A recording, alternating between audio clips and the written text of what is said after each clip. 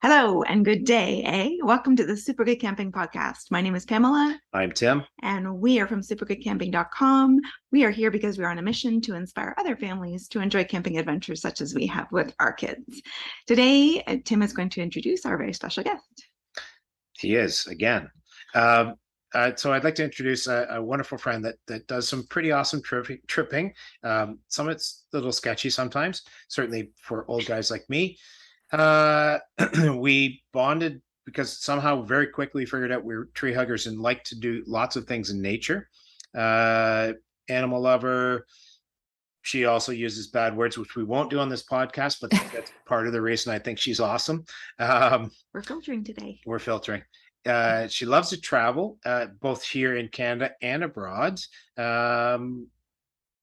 She's a senior project manager with an eco-friendly company that does urban housing, and she lives out west, which is if I could, I probably would do. I'd like to introduce you to Diana Banakh. Hey, hi. Thank you so much for having me. You're welcome. Thank you for being here. Cool. Thanks for coming out. We don't see you enough because you're in the West Coast now. So let's talk about outdoor adventures. What are some of your favorite things to do? So I really love to hike. My partner and I both are very avid hikers, and we love to just be outdoors and just spend as much time as we can to be outdoors. That was definitely a huge benefit of moving out west, where it's just a lot more accessible for us. And being outdoors and hiking has now become very much even a daily thing. And it's no longer something that we need to escape out of, but we're kind of it's always as part of our lifestyle now. And it's an everyday thing. It's been amazing. I love to canoe as well. I do. I don't do it as often, but we do enjoy kayaking and canoeing when we can. And then in the winter times, we both snowboard. We rock climb in the winter as well. But indoor rock climbing. I haven't done anything outdoors, but indoor. This is why it's in the winter. I'd like to spend all of our time outdoors when we can. So we just everywhere we travel, we always try to find a hike to spend outdoors and just like really be in nature anytime we can. That's awesome. There was a point where I was thinking maybe I'll ask her what the allure of hiking is, but I've seen your pictures, so there's no point. That I'm using as a tease for anybody who's listening to come check out our website, because we're going to put some of Diana's pictures up there, and they are amazing. Amazing. You will want to go hiking too. Honestly, the photos don't even do it justice. Every time we try to take photos, we'll be standing there at like a beautiful point, and we're trying to take the photos, and my partner will pick up the camera, and he starts looking into the lens, and he's just like, this is not even as nice as it looks in real life. It's almost impossible to capture how beautiful some of these places really are. Yeah. Found that even with traveling to the Grand Canyon, everybody tries to get that perfect picture of the Grand Canyon. Exactly. And it's just, you can't. No, you have to be there. Yeah.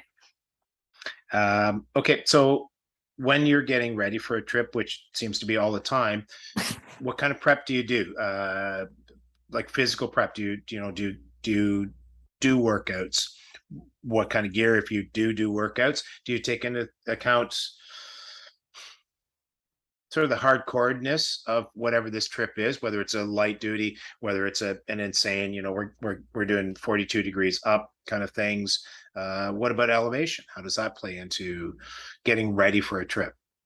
Absolutely. So every time we do a hike, we definitely try to do as much research as we can to understand the terrain that we're doing, the temperature that we're in, how many kilometers we're going to be hiking. Once again, what kind of elevation gain there is, and how difficult it will be, because it definitely impacts our meal planning. It affects the gear that we bring, whether we need to bring snowshoes or hiking poles for balance, if we need to pack very light meals. We definitely have refined our packing a lot better in our prep over time. I have paid the price of not prepping. It's been awful. We can maybe do another episode, but I got second-degree burns on my face one time from a really bad hike that I did not prepare for at all.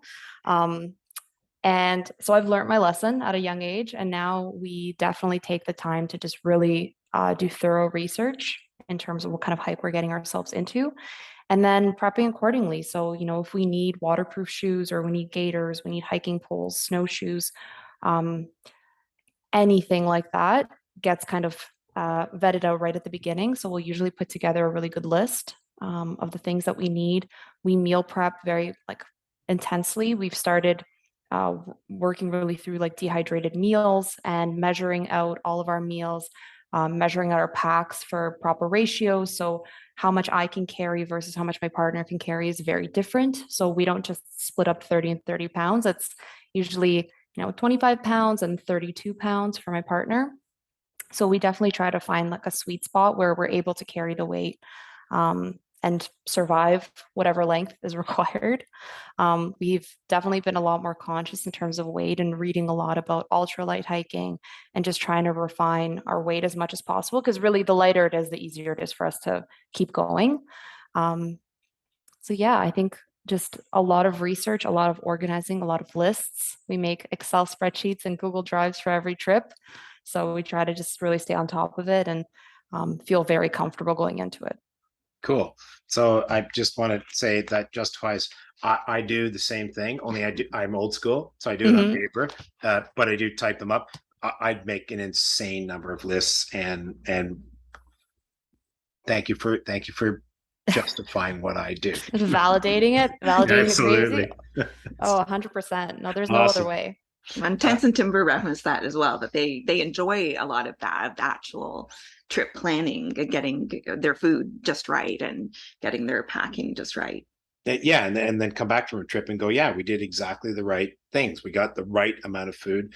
We figured out. I mean, it's a little bit different with kids that are getting ridiculously tall every time you turn around. So caloric intake, I mean, I can work it, and I do work it to the bone, but then I throw in 3 more meals because Exactly. I have no idea how that's going to play out. Man, if we get a busy day where he hits a growth spurt, I'm in trouble. I'm starving for the last 2 days so that he can eat.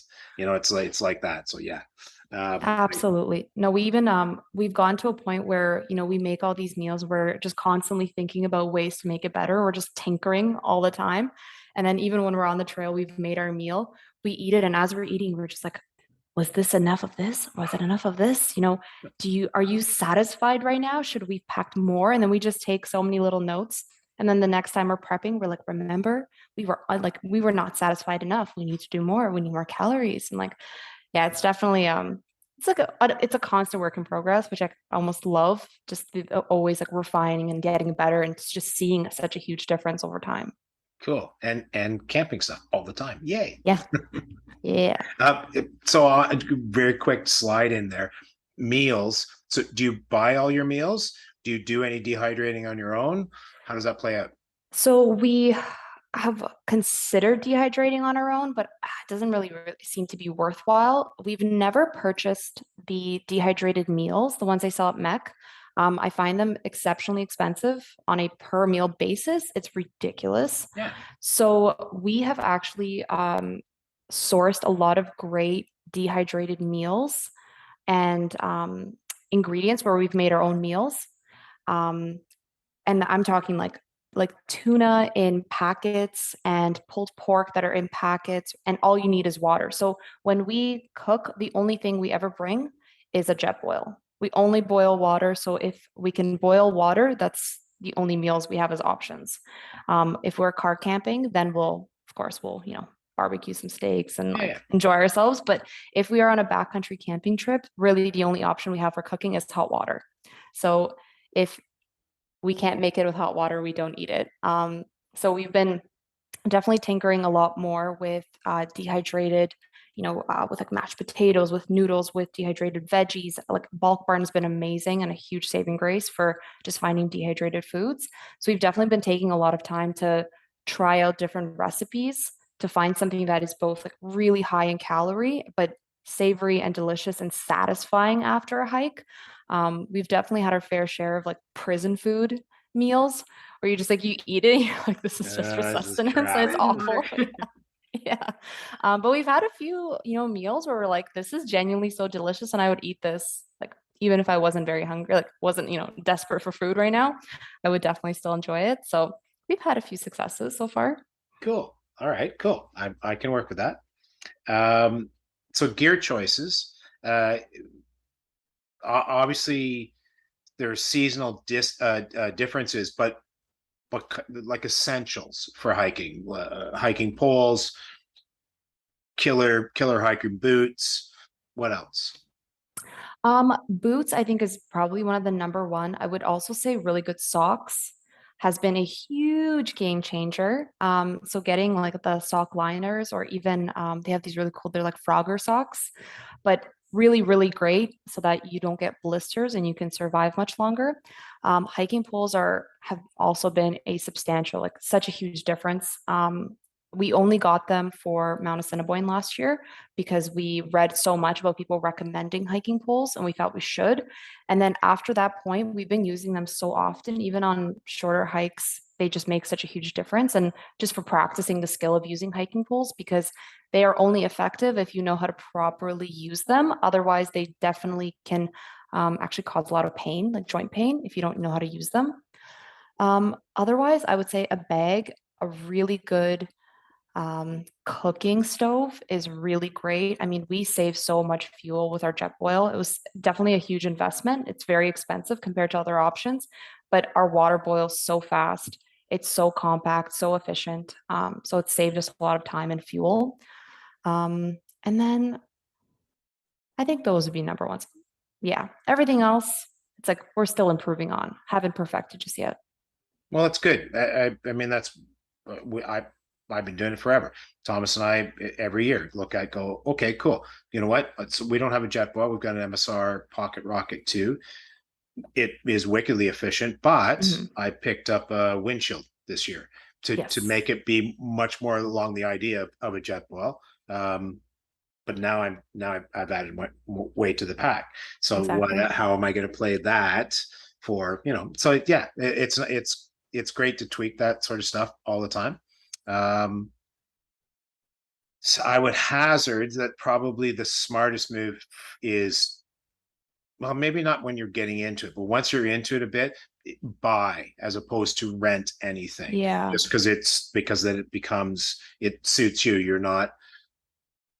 It's not something that's close to what you need. It's something that's bang on for you. Yeah. Exactly. There's even a few things that I think I might have been a bit more hesitant in the past years when I first started to purchase because I thought, I don't know if it's really worth the amount of money. But even our tent, we spent a lot of money on, and our tent has just been such a huge, just it's such a treat. It's so much more lightweight. That's something that we're always bringing. That's the other piece, is really investing in the items that you're always going to bring regardless of the camping trip. So when we're going backcountry camping, and then if we're doing car camping, we're still bringing our tents. Like we always have a tent, we always have to bring it. And so spending the money on a really good tent was really wise, and we love it. It's so quick to set up when we're, showing up. We've had canoeing trips where we end up getting lost on the water, and we basically show up to the shore at like when the sun is set and it's dark, and we don't have, the visibility to be able to take our time setting up. So, being able to set up really quickly, or if it starts raining and we're able to set up really quickly, has been a huge help. I would even say my sleeping bag and sleeping pad have been a miracle. I spent actually a lot of money buying really crappy sleeping bags that didn't work, and I would freeze in May. Even on Ontario in May, I would be freezing cold because the insulation was awful and my pad was really uncomfortable and awful, and I wouldn't sleep the entire night. And I would just be like stuffing my sleeping bag with all of my clothes to help insulate. Yep. And then last year, I just said, you know what, I'm an adult. I am doing this isn't, I'm not going camping once a year. I'm going like 20, 30 times a year. I should probably just invest the money and, invest in a really, really good sleeping bag. And it's just been such a saving grace. It's so nice. I sleep so well. I feel rested the next day. I'm ready to go. I'm not, just suffering over the weekend. So yeah, sleeping bag and sleeping pad also very huge essentials. 20, 30 times a year. A lot. Well, you know what?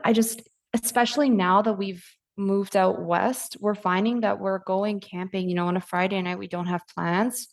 It's like, let's drive 40 minutes and we're in the middle of nowhere and just do some car camping or backcountry camping, hiking somewhere. You can camp anywhere here. You just find a forest like logging road, and you can drive up there and just park your car and go hike wherever you want and sleep, as long as you like, you know, pack in and out. But really, there's so much camping opportunity here that even if we go for one night, it's so worth it.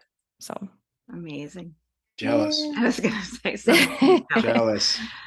So the young lady mentioned a trip. Yeah, and an epic trip from the sounds of it. Yes. Do you want to just go ahead and launch into it, Diana? Absolutely. So we did the Mount Assiniboine hike last year. We were there for, I would say, 4 days, and it is around the Canmore area, Kananaskis area in Alberta. So, well, actually, technically, it's on the BC side. So, but you fly into Banff. So we drove an hour and a half outside of Banff, and the hike starts at Mount Shark, which is the route that we took.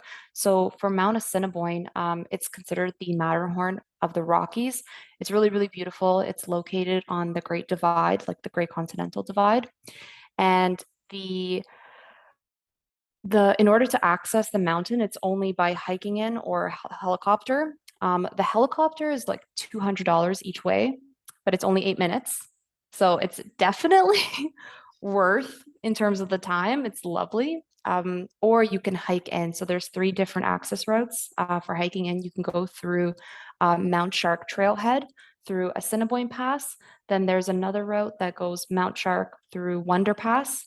And then there's a hike from Sunshine Village, which is the ski resort. And you have to take a gondola and then you hike from there. So we actually did it through the Wonder Pass area. So it's 26 kilometers each way. So it's definitely a long way. It's also the steepest and most technically difficult way. But we kind of had no choice because the hike from Sunshine Village is more kilometers, but it's very gradual. But because of the gondola, which was closed, you would be adding on almost 10 extra kilometers for that hike. So it'd be very gradual, but you're really taking so much time. So we decided to just, you know, just Suck take it the up, loss. baby. Yeah, just take the loss and go through the harder route. So we drove an hour and a half to the trailhead in Mount Shark, and we parked our car there. Also, when you park your car at that specific trailhead, you do need a conservation pass in order to park, and you need a permit to do backcountry camping. So that's not even a campground permit, it's just a permit to enter and be in the park. So once we got there, we decided to, because the entire hike is, yeah, around like 57 kilometers for the full loop.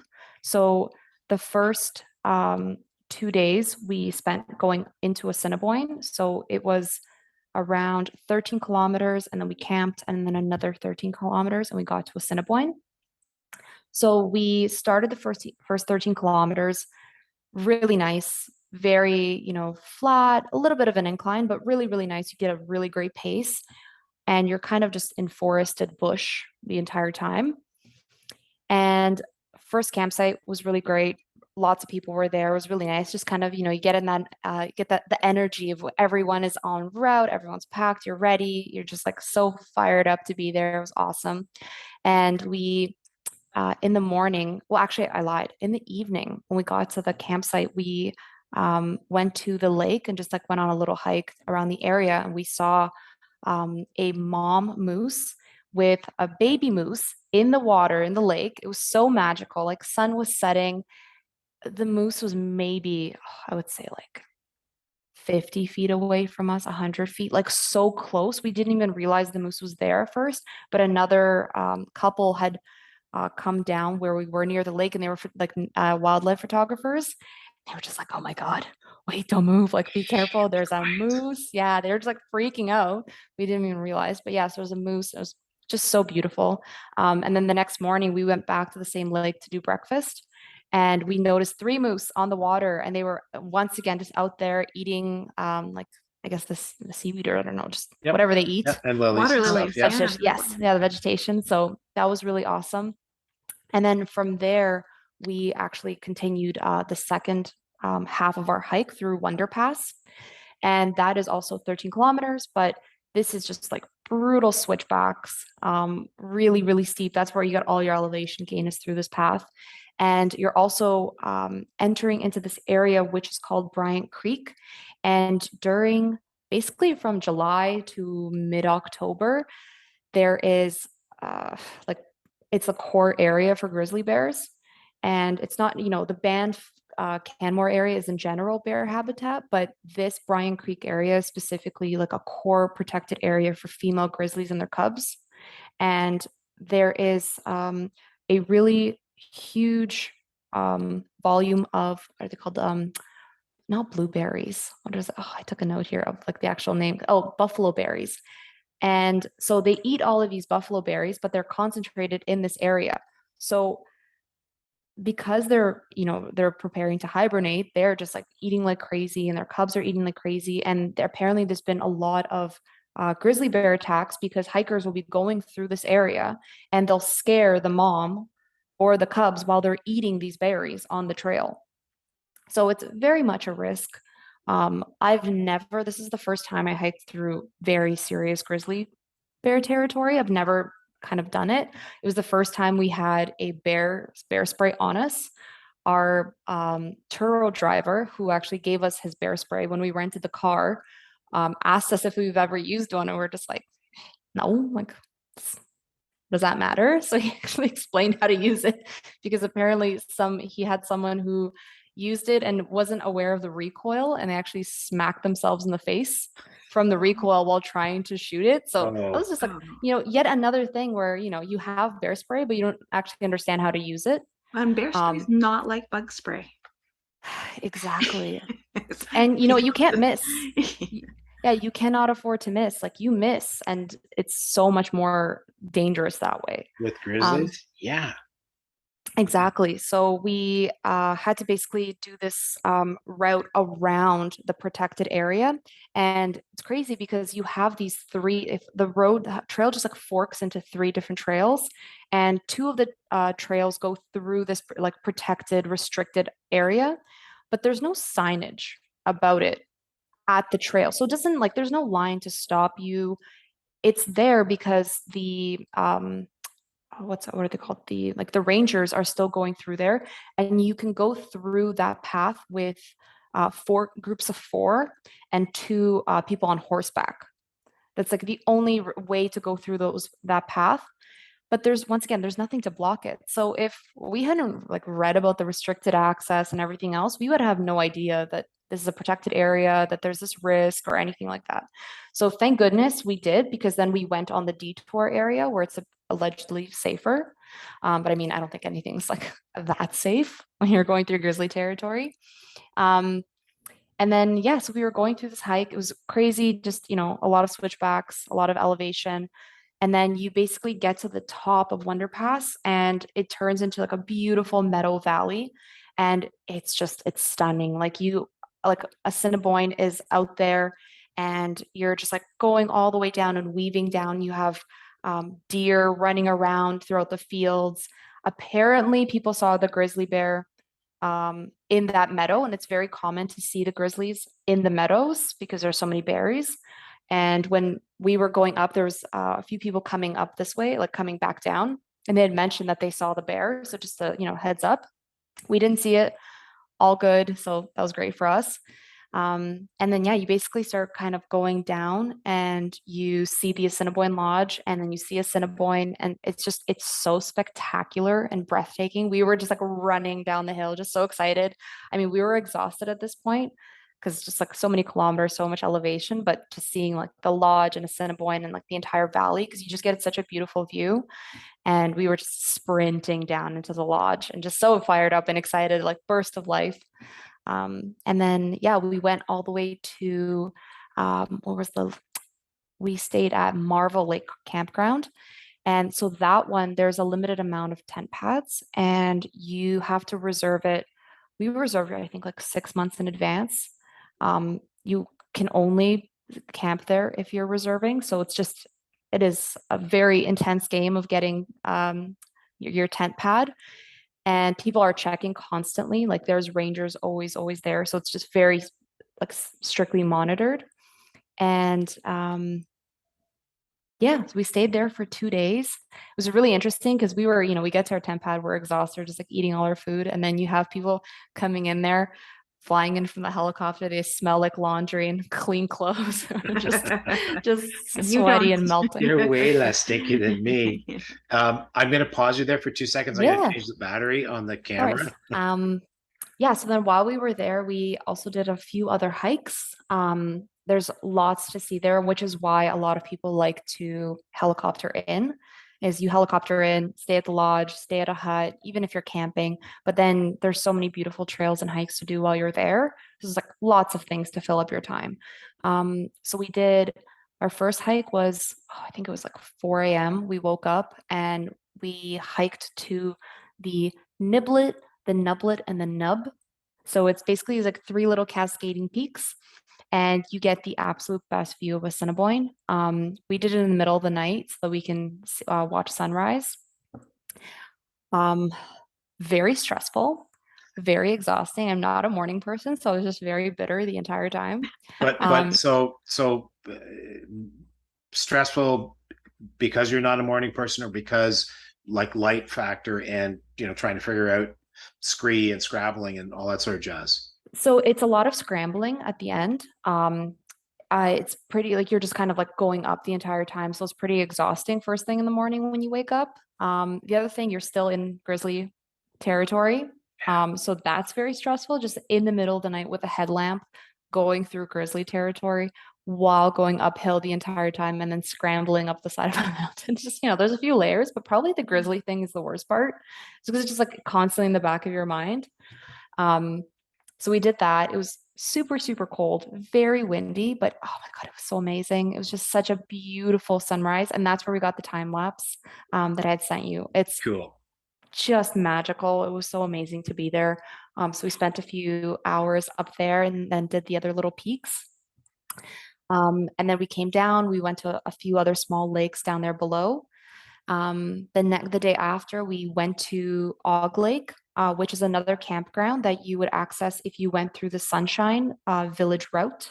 Right, So through the we went gondola and stuff. Yep. exactly. So we basically went back in that direction. It's a 14-kilometer loop, but it's all meadows, super flats. There's like marmots all over the place. They're like crazy everywhere. Really beautiful, beautiful meadows. And like you're kind of like in a valley between a bunch of mountains, which is really nice. And then, yeah, the next day we packed up. It rained all night. It also gets really cold in the middle of the night. So this was September long weekend, and the middle of the night, it was borderline frosty and super, super cold at night. It rained our last night as well. Like the entire night would not stop raining. So we woke up in the morning, everything was soaked. Yeah, we just packed up everything, and then hiked the entire thing all the way to our car. So the 26 kilometers, we just powered through because it's downhill. So it's definitely a lot easier. And we're, no food in our packs. It's like way lighter. So we just powered through all the way back down. Bloody feet, lots of blisters. It's exhausting. But honestly, we like got back to the car. We were just so thrilled. We were like just so grateful to have been there. It was so amazing. And then went back to Banff and partied and like went out. And got delicious meals. And then we went out partying. It was awesome. So how many days altogether was it? It was 4 days. Yeah. In grizzly territory. See, it's, you know what? We've done a couple of podcasts about bears and stuff, and black bears, yeah, not an issue. Brown bears, a little bit. Grizzlies, yeah, no, I'm not. I'm not. You won't find me in places where they have grizzlies. I will let people like you go and do amazing time lapses and send them to me. That'll be fabulous. Absolutely, that's fair. So had you run into a grizzly, what would your plan have been? You know what? We discussed that scenario several times because at first, you walk in and there's all these signs with, like an angry grizzly, and they're like, it's serious. There actually are grizzlies. Like, this isn't just, we're not just trying to scare you, like, genuinely be aware of it. And we tried to create a game plan of, okay, if we see a grizzly, like, what are we doing? How are you going to reach for the bear spray? So just like making sure it's very much accessible to us. Do you know if I have to do it or if you have to do it? Do you know where to pull, how to hold it? Where are you going to spray? So we like did run through the scenarios just so that it wouldn't be the first time that we're like actually trying to figure out like, what do you pull it? Oh, you grab it. Like, I don't want to have that scenario. But I mean, ideally, you just hope it doesn't ever happen. As much as you kind of want to plan, I think it's very different when it actually happens. Like the nerves and everything. We've had a run-in with a mountain goat one time, and I mean that was so intimidating. And we were just trying to be super calm because it was really, really close to us, and I wasn't sure, what it would do. But I think like as long as you're calm, like number one thing is be calm, like don't jump to the spray. From all the videos and research I've ever done, it's usually just, make a lot of noise. A lot of times the bear will just move away and move along and keep on walking. And yeah, you just hope you don't ever run into it, That's the only thing. Yeah. Yeah. I don't ever want to know.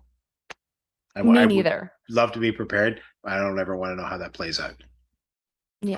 Or anybody that I know either. Like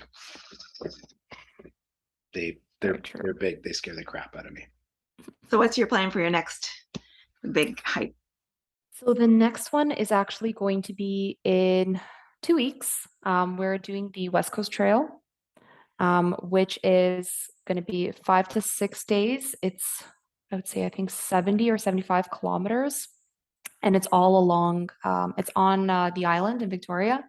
And it's all along the beach. So it's very, very wet. A lot of ladders and mud and roots and beach. And we actually have to plan out all the tides because you can only access the pathway when the tide is at like below a certain level.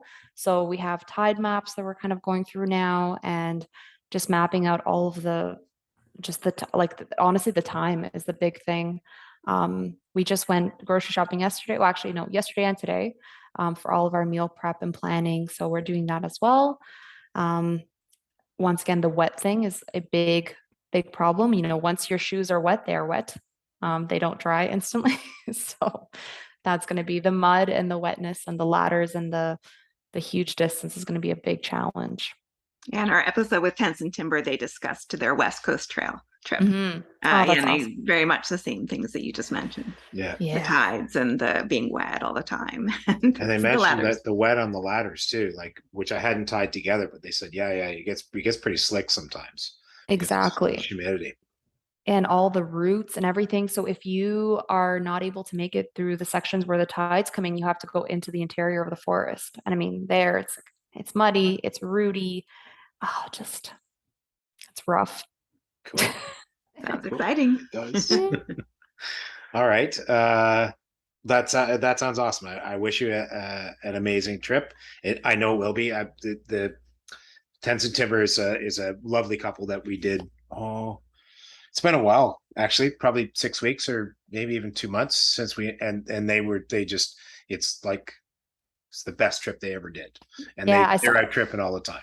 Yeah, I saw it on your episode. I already pinned it for Andre and I to listen to for prepping. Yeah, I'm like, no, this is so perfect. This is exactly what we need. So if you do any Instagram or anything like that, they're really good on Instagram, and they posted a ton of sort of trip logs. Nice. Day 1, day 2, day 3, and it's pretty informative. And it has they put in a boatload of pictures, so it's a pretty good storybook for certainly what they did. Not a bad idea for a look. Okay, just awesome. saying. Cool. That's great. That's it for us for today. Thank you so much to our special guest, Diana. She's just amazing hearing about the Assiniboine hike and her future travels. And you can always reach out to us if you have anything you want to comment about. Our email address is hi@supergoodcamping.com. That's hi@supergoodcamping.com. Supergoodcamping.com is our website. And we are on all of the social media. And we're up to 4 followers now on YouTube. And we'll talk to you again soon. Thank you so much. Bye. Bye. And there you go. That's the end of the episode. So Nice. Yay. all right, cool. Oh, that was so fun. You know what it is? So I don't care. I'll talk to anybody about camping stuff anytime. I don't care. I just Love it. So it's always fun for me, but I don't know. It is a cool thing, and it's weird. We're getting like fan mail and stuff now where people are like, That's oh, it's so awesome. good. Yeah. That's so You know what? nice. We set out to try to help other people, or at least give them information to get them out there, and it seems to be doing that. So yay. I mean, honestly, there's actually not a lot of like podcasts about it, especially not on Spotify. So that's actually, Pamela, I don't know if Tim ever told you, but I found out about this podcast because I was looking for camping podcasts to help prep for Assiniboine and like other hikes where I'm like, while I'm driving, great opportunity to like listen to what other people are doing and get some recommendations. I was on Spotify looking for podcasts, and then I come across this podcast and I'm listening to it and I'm like, this voice, I know this voice. Like I work with this voice. I don't know. I know only one person in the world that has this voice. I'm like, there's no way. And then I dug around and I'm like, that's so hilarious. What a small world. Yeah. There you go. You got your famous. So, nicely done. All right, cool. Thank you. This is